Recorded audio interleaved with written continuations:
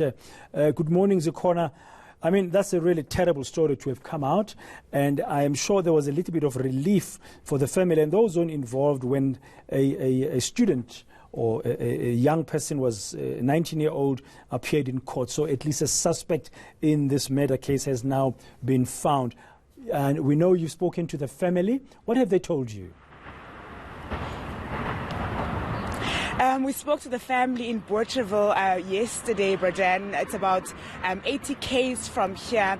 Certainly very devastated by what has happened. I'm just going to try and give a summary of the events surrounding the death of Naledi. The family saying that the last time they spoke to the young student was on the 18th of May, and on the 19th, when they couldn't get hold of her, her mother and father grew worried. The worry grew even further on Tuesday, when they struggled to get hold of her, but they assumed that she had lost her phone possibly over the weekend.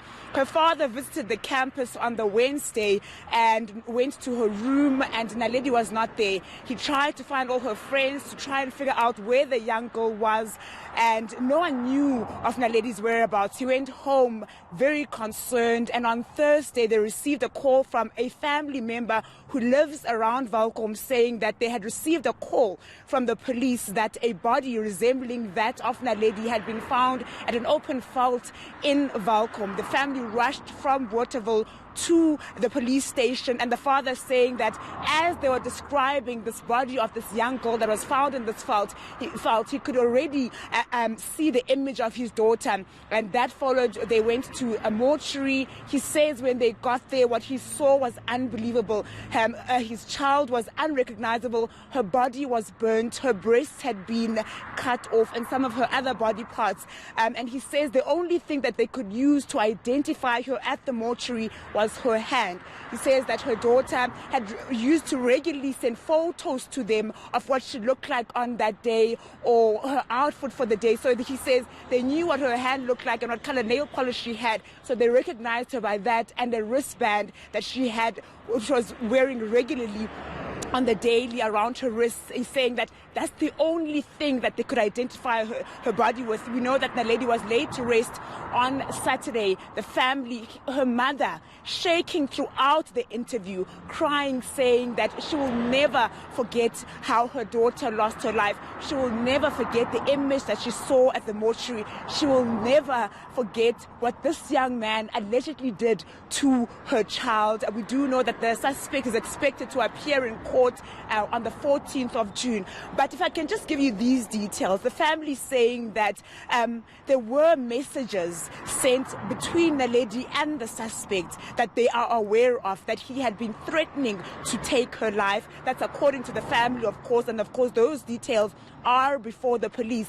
The mother crying, which was giving us those details, saying that he cannot believe what her daughter had been, she cannot believe rather what her daughter had been put through. They are saying that the Sunday that Naledi's body was found, they were supposed to go to church in Pretoria, and because exams are starting at this college today, the daughter insisted on having extra time to study. Now they're blaming themselves, saying that they could have forced her to go to church with them in Pretoria, and possibly now she could still be alive. And Bradan, what I can tell you is that these interviews don't get easier, but this was certainly one of the toughest stories, one of the hardest stories that we have ever been told by any family member who has lost a loved one.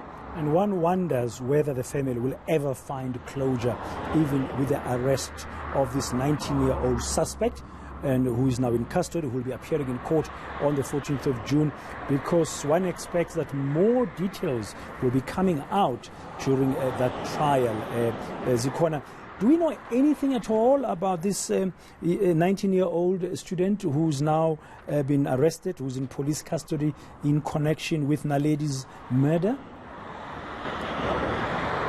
What we do know is that the family members or the parents of the suspects are the ones that handed him over to police. The father saying that when he arrived at the Goldfields Tivet College to look for his daughter on the Wednesday, friends had said that they should look for him because he was the last person that she was seen with. The father does say that at the police station, when they arrived on Thursday, after hearing the news of a young girl's body that had been found in an open field in Welkom, he was present, but he could not bring himself to communicate with this person. He's saying, when we spoke to him yesterday, he was saying that he wants revenge. He wants the person to feel the pain that they are feeling as a family, but of course they cannot take the law into their own hands. They're saying that they're going to be very diligent in attending all court proceedings surrounding the death of their daughter, but he's saying that they could not bring themselves to interacting with him, even though they were in the same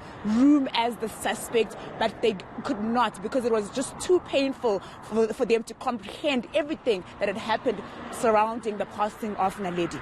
Thank you very much. Zikhona Chona in Welkom, outside the Goldfields TVET College, the campus where the late Naledi Lethoba attended.